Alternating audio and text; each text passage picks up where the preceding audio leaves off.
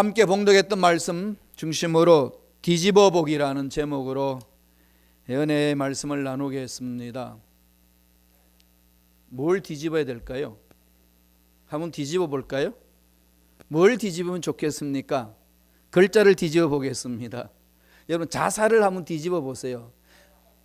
자살을 뒤집으면 무슨 말이 생기죠? 살자. 예. 이 세상 살기 힘들어서 자살하는 사람들 한번 뒤집어 보면은 살자고 외칠 수 있습니다. 인생살이 역경이 많잖아요. 역경스러운 거. 역경을 뒤집으면 뭐가 되죠? 경력. 예, 이 삶에 연륜이 생기는 거죠. 인생의 역경은요, 인생의 위기는 오히려 삶의 경륜, 경력이 되고 위기가 기회로 됩니다. 내 힘들다, 이거 한번 뒤집어 보세요. 그거 몰라요? 내 힘들다. 뒤집어 보세요. 다들 힘내. 예, 다들 힘내. 이게 한번 뒤집혀지면은요, 새로운 의미가 있습니다. 어떤 사건을 한번 뒤집어 보는 게 좋지 않을까요? 저와 여러분 당하고 있는 어려운 상황들, 나의 실수, 실패, 여러 가지 문제들, 그걸 통해 가지고 나는 왜 그것밖에 안 돼라고 그러지 마시고 그 상황을 한번 뒤집어 보세요. 무슨 일이 있는지. 세계적인 지휘자 토스카니가 있습니다. 토스카닌이라고 그러죠. 원래 그분은 바이올린 연주자였습니다. 시력이 나빠서 연주 때마다 어려움을 겪었습니다. 도저히 안 돼가지고 자기가 연주할 내용을 다 악보채 외워버립니다. 오케스트라 특성상 조화를 이루기 위해서는 자기만 또 알면 안 되니까 다른 악보까지도 모조리 다 외워버렸습니다. 외워서 이제 연주를 하는 겁니다. 그런데 한 번은 이 지휘자가 나타나지 않았습니다. 아무리 기다려도 무슨 일이 있는지 지휘자가 지금 연주해야 되는데 오시질 않습니다. 큰일 났어요. 그래서 누군가 지휘를 해야 되는데 대원들이 다 한꺼번에 한 목소리 외칩니다. 우리 악보를 모조리 다 외우고 있는 토스카니를 세워서 지휘하게 하자. 만장일치로 토스카니가 지휘를 합니다. 모든 악보를 다 외워서 있는 그 사람이 그냥 뭐 눈은 안 보여도 뭐 음악이 나오면 어디 파든 누가 나와야 되는지 정확하게 비트를 주고 지적하면서 조화를 이루어 나갑니다. 그렇게 시작해서 바이올린 연주자였던 눈이 어두워서 악보를 잘 보지 못했던 토스카니는 세계적인 지휘자로 우뚝 섭니다. 그래서 훗날에 기자들에게 토스카니가 이런 말을 합니다. 나의 나쁜 시력이 나를 명지휘자로 만들어 주었습니다.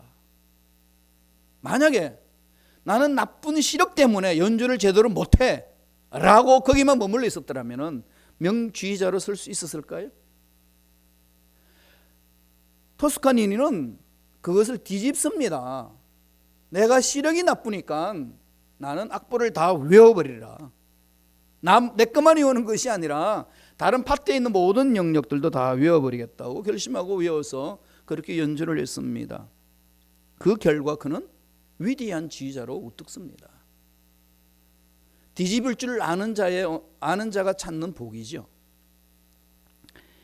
하나님은 문을 닫으실 때에 한 문을 닫으면 반드시 다른 문을 열어주십니다. 한 길이 막히면 다른 길이 반드시 있습니다. 하나님은 그렇게 우리와 만나 주십니다. 인생살이에 수많은 어려운 문제 있습니다. 생각지도 않는 문제들이 내 앞을 가로막고 있습니다. 도저히 내가 스스로 견딜 수 없는, 아무리 몸부림쳐도 되지 않는 일들을 만날 때 있습니다. 그 길은 두 가지 중에 하나예요. 주저앉든지 극복하든지. 어떻게 극복할까요? 뒤집어 보세요. 그 상황을 다르게 한번 바라보세요. 그 길이 있습니다. 뒤집어 보는데, 그러면서 뒤집어서 큰일을 이루는 명수가 오늘 본문에 있습니다. 바로 그 사건이 민수기 13장의 사건입니다. 이 사건 다 잘 알지 않습니까? 이스라엘 백성들이 출애굽에서 광야에서 40년 생활을 보내고 이제 가나안 땅 정복을 하기 위해서 가데스 바네에 왔습니다. 정복을 해야 됩니다. 정복을 하면 되는데 거기서 모여가지고 정복하기 전에 우리 정탐꾼들을 만들어서 좀 정탐하게 하자. 이렇게 하는 거 모세가 좋게 받아들여서 그럼 해봐라. 지시가 떨어졌습니다. 그래서 12지파의 지휘관을 한 명씩 뽑아서 12명을 파견합니다. 12명의 정탐꾼들이 40일 동안 다 구석구석 자기들이 정복해야 될 땅을 다 찾아다닙니다. 그래서 그들이 이제 돌아왔어요. 12명이 돌아와 가지고는 거기에 가지고 있는 여러 가지 물건들을 이렇게 가져왔습니다. 좋은 것들, 큰 포도송이와 무화과를 들고 왔습니다. 이것 보라고. 어마어마하다고. 너무 좋다고. 그런데 10명이 그럽니다. 너무 좋은 과일도 있고 땅도 너무 좋은데 정말로 대단한데 우리가 도저히 차지할 수는 없더라. 이대로 가다가는 우리 민족 다 전멸될 수 있습니다. 그 성은 너무나도 높아가지고 하늘을 찌르고 있고 거기에 있는 지키는 보초들 보니까 아낙 자손들인데 거인들입니다. 이거 어마어마한 사람들이 거기에 있는데 우리 어떻게 감당하겠습니까? 그들을 바라보고 우리를 보니까 그들은 엄청난 거인 같고 우리는 메뚜기 같습니다. 완전히 메뚜기 컴플렉스에 걸렸습니다. 그런데 우리만 그렇게 생각한 게 아니라 그들도 우리를 바라볼 때에 우리를 보고 메뚜기라고 생각하는 것 같습니다. 이렇게 보고를 합니다. 그 반면에 나머지 2명 갈렙과 여호수아는 잘 아시다시피 다르게 말합니다. 아니다. 그들은 우리의 밥이다. 그들은 우리의 밥이다. 그렇게 외칩니다. 어떻게 이럴 수 있을까요? 똑같은 상황을 바라보고 똑같은 사람들이 그것을 보고 와서 보고하는 내용이 10명과 2명이 완전히 차이가 있습니다. 무슨 차이일까요? 뒤집어 볼 줄 아는 사람들과 뒤집어 보지 못하는 사람들의 차이 아니겠습니까? 사건은 똑같습니다. 상황은 다 똑같습니다. 갈렙과 여호수아도 자기들이 도저히 수가 적고 그들은 훈련된 군인이고 그런 걸 몰랐겠습니까? 다 압니다. 바보라서 그 상황을 못 모르고 그냥 외치는 소리일까요? 다 알면서도 갈렙과 여호수아는 다르게 말합니다. 관점이 다르잖아요. 그러면은 둘 중에 선택이에요. 저와 여러분도 이런 상황 많이 펼쳐지지 않습니까? 10명의 이야기를 들을 것이냐 2명의 이야기를 들을 것이냐 둘 중에 하나를 선택해야 됩니다. 어느 쪽을 본받아 선택할 것이냐에 따라서 인생이 달라지는 것 아니겠습니까? 인생은 결국 뭘까요? 2단어로 결정내리면 선택이죠. 선택의 결과입니다. 우리의 삶은. 지금 여기까지 온 인생도 선택의 결과입니다. 잘 왔든 못 왔든 그 모든 것은 개인의 선택입니다. 어떤 환경에 또 어떤 위치에 있었든지 간에 선택에 의해서 온 겁니다. 선택이죠. 이거 선택할 때 어떻게 선택하느냐가 중요한 것 아니겠습니까? 10명이 바라보는 관점으로 선택할 것인가 2명이 바라보는 관점으로 선택할 것인가 이 얘기입니다. 그러면 어떻게 선택을 해야 될까요? 뒤집어 보는 거죠. 오늘 본문을 통해서 2가지를 한번 뒤집어 봤으면 좋겠습니다. 그래서 마음판에 한번 일주간 내내 새기면 좋겠어요. 뒤집자. 뭘 뒤집을까요? 첫째로 뒤집어 생각해 보십시오. 어떤 사건을 뒤집어서 생각해 보는 겁니다. 12명의 정탐꾼들 똑같은 상황을 바라보고 다르게 말하는 것은 뒤집을 줄 아는 사람들이 있기 때문에 다르게 말하는 것 아니겠습니까? 완전히 다르게 이야기합니다. 잘 아는 내용이지만 말씀을 한번 살펴보죠. 민수기 13장 30절 31절에 있습니다. 우리 민수기 13장 30절부터 먼저 보겠습니다. 민수기 13장 30절 다 같이 한번 읽습니다. 갈렙이 모세 앞에서 백성을 조용하게 하고 이르되 우리가 곧 올라가서 그 땅을 취하자 능히 이기리라 하나. 자, 갈렙과 여호수아는 가자. 취할 수 있다. 능히 이길 수 있다. 그렇게 외칩니다. 그러나 반대편에 있던 10명은 다르게 이야기합니다. 민수기 13장 31절에 있습니다. 다 같이 한번 읽어보죠. 다 같이 읽겠습니다. 그와 함께 올라갔던 사람들은 이르되 우리는 능히 올라가서 그 백성을 치지 못하리라. 그들은 우리보다 강하니라 하고. 다르게 보잖아요. 그 땅 참 좋다. 갈렙과 여호수아는 가자. 이긴다. 갈렙과 여호수아를 제외한 10명은 아니다. 백성 치지 못한다. 우리는 그들과 쳐봐야 우리 진다. 이 반응을 내어 보냈습니다. 10명은 외적으로 봤을 때에 굉장히 합리적인 판단을 하고 정확한 분석을 나열합니다. 상대의 성이 너무 높다는 걸 느껴지는 거죠. 거인들이 살고 있음을 느낍니다. 싸움들 잘합니다. 그들은 무기도 갖춰져 있습니다. 그들은 철기 문화를 가지고 있었어요. 무기가 철입니다. 당할 적 없습니다. 그리고 이스라엘 백성들은 노예 출신이잖아요. 출애굽한 사람들, 노예들이었습니다. 전쟁 싸움용으로 훈련된 노예들이 아니라 그냥 집안일을 하는 노예들이었습니다. 그냥 일반일을 하는 노동자들입니다. 다른 말로 말하면 오합지졸입니다.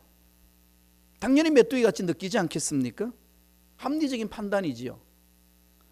그러나 여호수아와 갈렙은 다르게 말합니다. 그러면 아까도 말씀드렸듯이 여호수아와 갈렙은 이런 상황을 정확히 모르고 그럴까요? 알고 있습니다. 알고 있다는 걸 어디에서 찾아볼 수 있나요? 민수기 14장이 넘어가면은요, 자기들이 정확히 알고 있는 것을 표현합니다. 14장 8절 보실래요? 민수기 14장 8절 보세요. 그들이 뭐라고 말하는지 다 같이 읽습니다. 야훼께서 우리를 기뻐하시면 우리를 그 땅으로 인도하여 들이시고 그 땅을 우리에게 주시리라. 이는 과연 젖과 꿀이 흐르는 땅이니라. 그래, 우리 못한다. 우리 힘이 없다. 장대하다. 그들 감당할 수 없다. 나도 다 안다. 나도 똑같이 봐서 내가 너희들한테 다 동일하게 동의한다. 그러나 우리에게 무기가 있지 않느냐. 그 무기가 뭐라고 이야기합니까? 야훼께서 우리를 기뻐하시면, 야훼께서 서시면 풀어주시리라. 이 부분 아니겠습니까? 이게 다른 거지요. 뒤집을 줄 아는 자는 똥배짱이 있어서 뒤집는 게 아니고, 속된 말로 객기가 있어서 뒤집는 게 아니고, 한번 오기로 한번 해봐?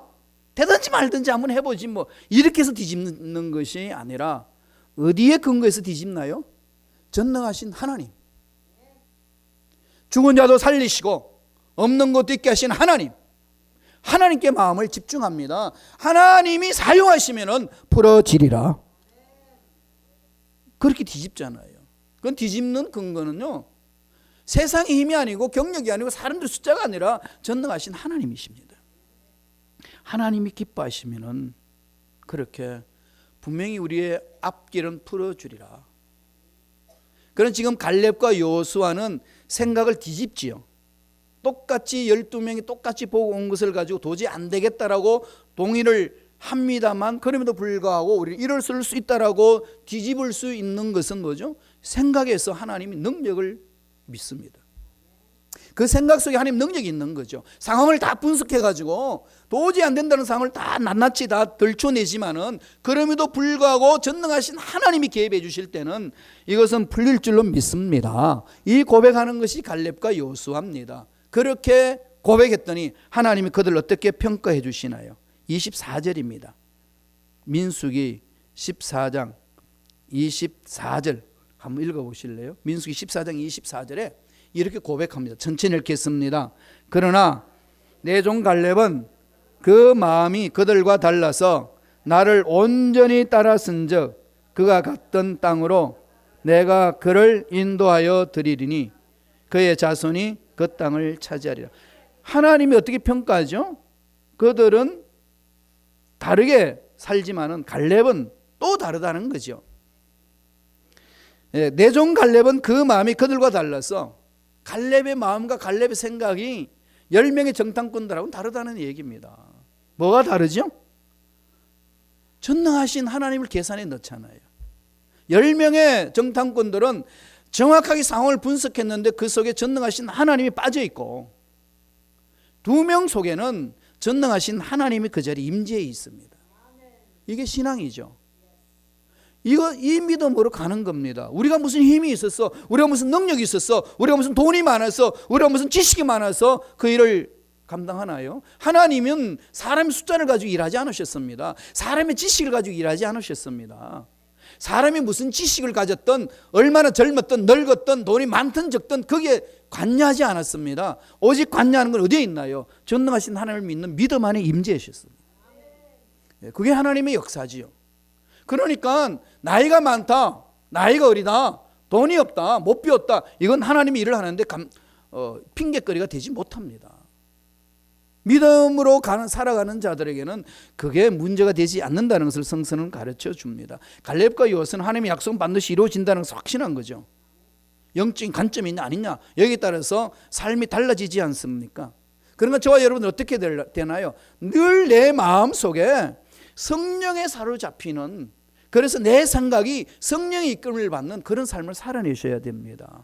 성령님 인정합니다. 환영하고 모셔드립니다. 의지합니다. 내 마음을 사로잡아 주옵소서. 거기에 집중해야 되지요.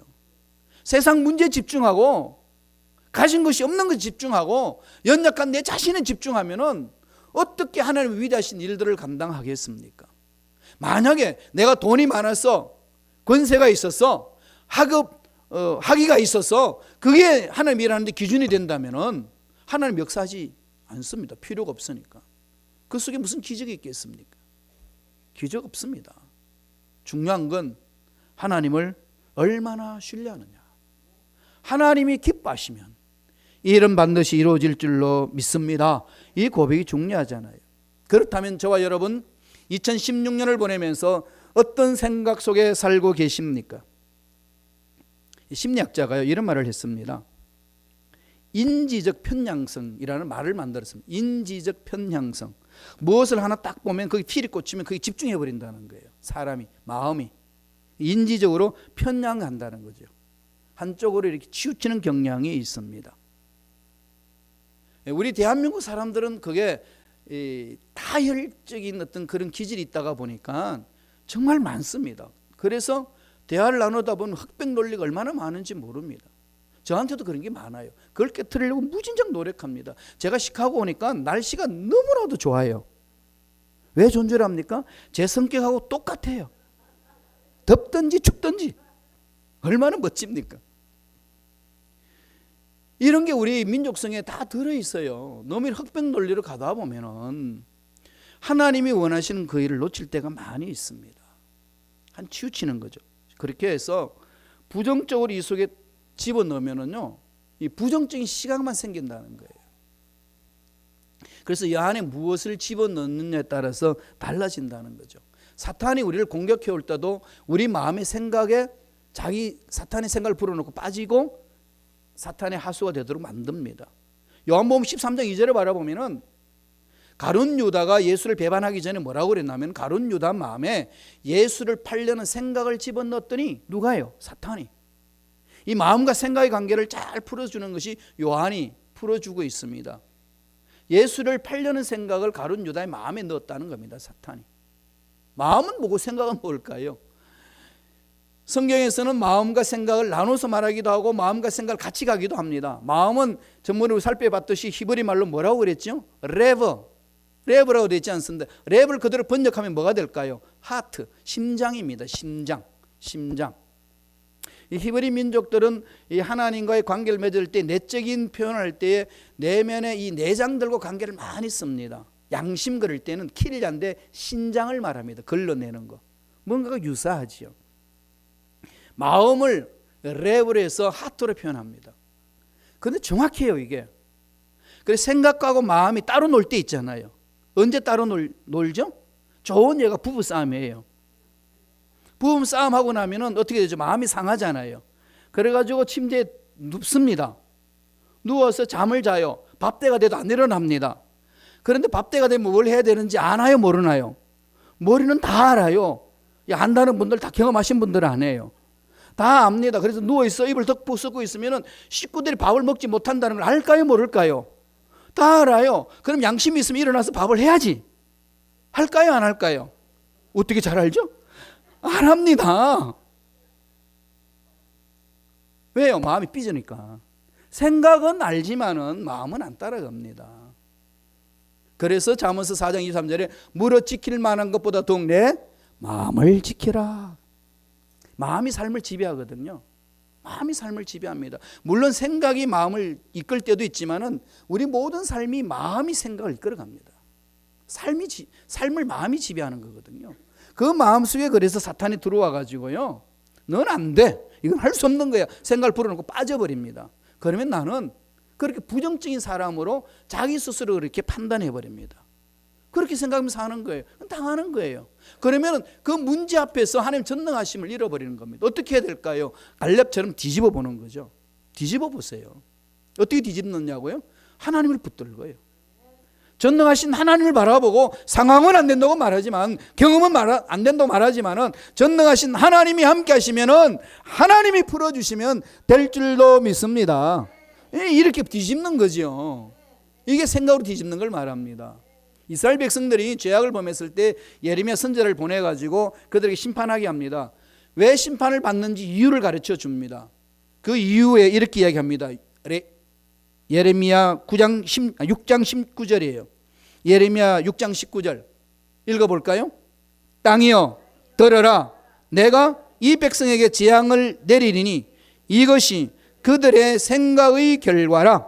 그들이 내 말을 듣지 아니하며 내 율법을 거절하였음이니라. 생각의 결과라고 그러죠. 왜 이스라엘 백성들이 심판받는 줄 아느냐? 그들의 생각의 결과라는 겁니다. 심판받을 수밖에 없는 짓들을 생각하고 그렇게 행동했다는 겁니다. 마음의 생각이죠. 뒤집어야 됩니다. 그렇죠? 잘 뒤집는 거죠. 그래서 하나님의 말씀을 딱 가슴판에 새기고 전능하신 하나님을 보고 문제를 보셔야 됩니다. 사람을 볼 때도 그렇게 해야 되는 거죠. 남녀가요, 두 남녀가 옛날에는 이 펜팔로 줄에 이렇게 사랑을 나누었잖아요. 그죠? 펜팔로 이렇게 사랑을 나누면 사랑이 무르익어 갔어요. 만나보지는 못했습니다. 뭐 어떻게 자기 얼굴 보여줄 수도 없고 글로서만 마음을 나누는 거예요. 그래서 두 사람이 너무 사랑이 무르익어 가지고 만나기로 했습니다. 결혼하게 됐어요. 그래서 날짜를 잡고 막 이렇게 하기 위해서 만났습니다. 만나고 보니까 남자가 애꾸 눈입니다. 여자가 화가 엄청 났어요. 당신이 처음부터 나한테 애꾸 눈이라고 말을 했어야지. 왜 말을 하지 않았냐고. 당신 그러면 되겠냐고. 그 많은 편지 속에서 한 번도 애꾸 눈이라고 말하지 알았지 않았냐. 속였다 이러니까 남자가, 아니 내가 안 속였다, 내가 편지에 그 말을 했다. 그러니까 여자가, 아니 내가 편지 내용을 다 알고 있는데 두고 또 잃고 그렇게 했는데 언제 고백했냐? 당신 그런 일이 없다 그랬더니, 그러면서 남자가 이야기합니다. 아니야, 내가 당신에게 편지를 쓰지 않았냐, 뭐라고 썼는지 아는지 잘 생각해보라. 당신을 보는 순간 한눈에 반했다고 분명히 이야기했다.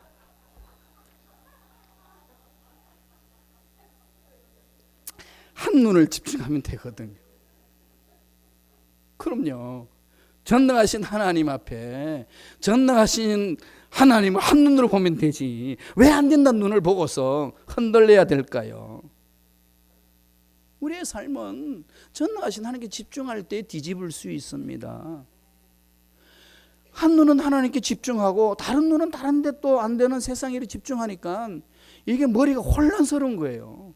혼란스러우면 뭐가 생기죠? 스트레스가 생깁니다. 그러면 스트레스성 위장병이 생겨요. 그래서 스트레스성 불면증에 걸립니다. 이런 병에서 놓일 수 있는 방법은요, 딱 없어요. 하나님 신뢰하고 한바탕 웃어버리면요, 날아가 버린대요. 지금 대한민국 상황 힘들고 어렵지만 전 이 위기가 난 기회라고 저는 생각합니다. 그동안의 고질적인 문제들 다 털어버리고 아마 새롭게 거듭나는 좋은 일들이 있으리라 저는 분명히 믿습니다. 대한민국요, 그동안 몇 분 동안 외국으로부터 침입을 받은지 아시나요? 역사책을 뒤져봤어요. 몇 분 이게 침입을 당했는지 분명히 세워본 사람이 있을 것이라고. 그래서 살펴보니까요, 제가 살펴보니까 그동안에 외국에 침입을 당한 적이 931번이었어요. 우리 민족이 5천년 역사에 931번이나 외국 나라로부터 침범을 당했는데 그래도 살아남은 대한민국이에요. 예, 대한민국. 이게 우리 민족이란 말이에요. 그게 끈기가 있잖아요. 예, 슬기도 있고 끈기도 있습니다. 여러분 먹는 음식도 얼마나 독특합니까? 독일에 있을 때 된장이 먹고 싶어가지고 청국장 와서 청국장을 끓였더니 냄새가 진동하잖아요. 뭐 난리 납니다. 오징어 구워보세요. 막 사람들 달려와가지고 시체 태우느냐고 난리칩니다. 그런데 우리는 그게 그렇게 맛있단 말이에요. 그죠? 미국도 마찬가지 아니겠습니까? 한국 사람들은요, 독일에서는 그랬어요. 못 먹는 풀이 없었어요. 김치를 담는데 민들레 김치를 닮아요. 그걸 따가지고 담아가지고 갖다 주시는데 꼭 이게 그 이상한 맛을 나는데 쓴맛 나는데 맛있어요. 뭐냐 그랬더니 민들레래. 한국 사람이 한번 다녀가면요 쑥대밭이 됩니다. 그러니까 외국 사람들 바라볼 때 이 민족은 도대체 못 먹는 풀이 없냐. 잡초라는 잡초는 다 솎아서 먹는데요. 이게 제가 그 독일 사람들한테 그 까만 그 김이 있잖아요. 김을 먹고 미역을 먹으니까 이게 뭐냐요. 그 김이라고 먹어버렸더니 이 까만 종인데 이 까만 종이를 왜 먹냐 그랬더니 이게 무슨 이게 어디에 있는 거냐 그랬더니 바다에 있는 뭐죠 그게? 예, 바다의 풀이잖아요. 바다 잡초입니다. 그죠? 그러니까요 땅에서도 잡초 먹고요.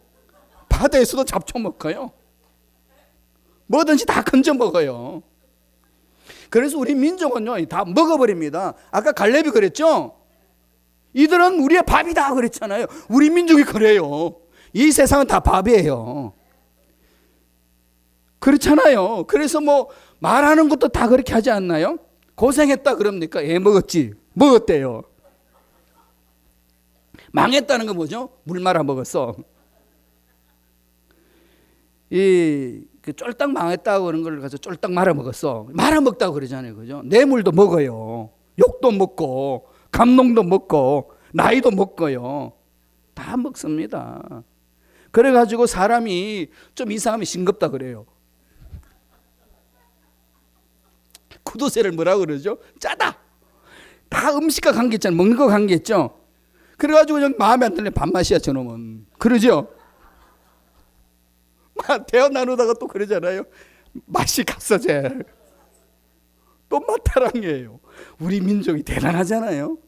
난 이 갈렙이 고백할 때 야 대장부가 뭐냐 그들은 우리의 밥이다. 꼭 우리 민족 같다니까요. 우리는 다 먹어요. 먹어 해치웁니다. 이게 우리 민족이에요. 뭐가 문제 있습니까? 뭐가 어렵다고 주저앉아야 되나요? 전능하신 하나님이 우리와 함께 하시는데 하나님과 만남의 사건 아니겠습니까? 그 생각을 뒤집으셔야 돼요. 뒤집는 기준은 전능하신 하나님이에요. 두 번째, 뭘 뒤집어야 될까요? 뒤집어서 말하기입니다. 뒤집어서 말하는 거예요. 여호수아와 갈렙을 제외한 정탐꾼들은 완전히 안 된단 말을 합니다. 그죠? 보죠. 민수기 13장 32절이에요. 다 같이 한 목소리 천천히 읽어볼까요? 이스라엘 자손 앞에서 그 정탐한 땅을 악평하여 이르되 우리가 두루 다니며 정탐한 땅은 그 거주민을 삼키는 땅이요 거기서 본 모든 백성은 신장이 장대한 자들이요. 정탐한 땅을 악평합니다. 그대로 말하는 것도 끝만 좋은데 객관적으로 해서 감정을 섞어가지고 악평을 하는 거예요.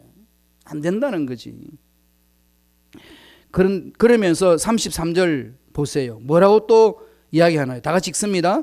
거기서 네피림 후손인 아낙 자손의 거인들을 보았나니 우리는 스스로 보기에도 메뚜기 같으니 그들이 보기에도 그와 같았을 것이라. 메뚜기로 전락시켰습니다. 전능하신 하나님 믿는 백성이 자기를 바라보기에 하나님의 형상은 다 잃어버리고 메뚜기 같다라고 완전히 자기를 평가절하합니다. 무엇 때문에 이렇게 자기 존재를 그렇게 평가절하하나요?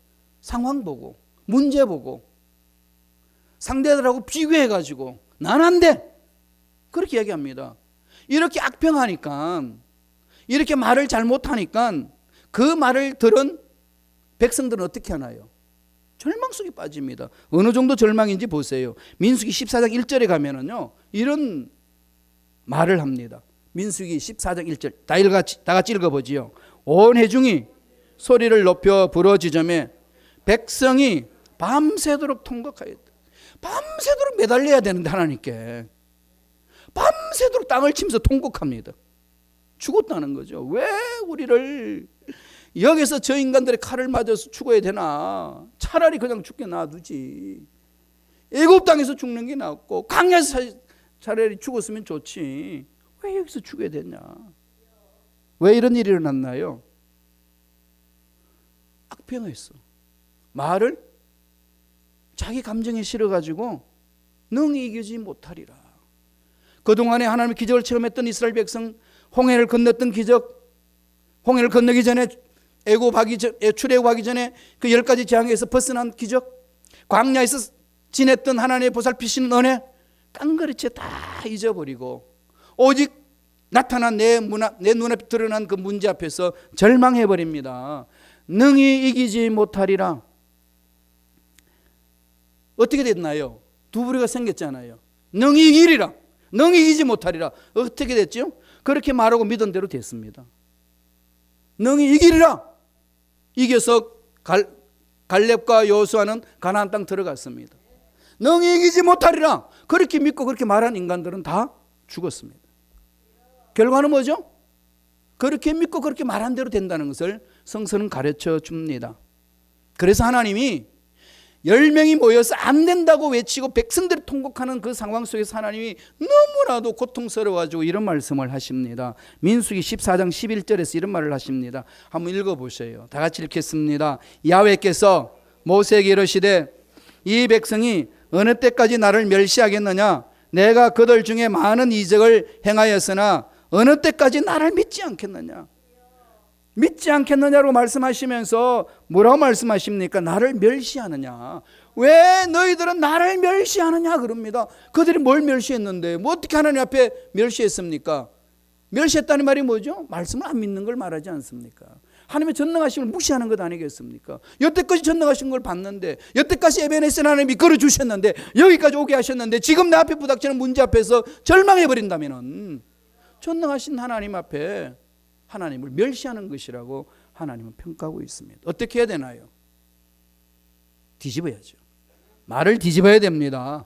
생각을 뒤집고 말을 뒤집어야 돼요. 어떻게 말을 뒤집어야 되죠? 뒤집어서 말을 해야 됩니다.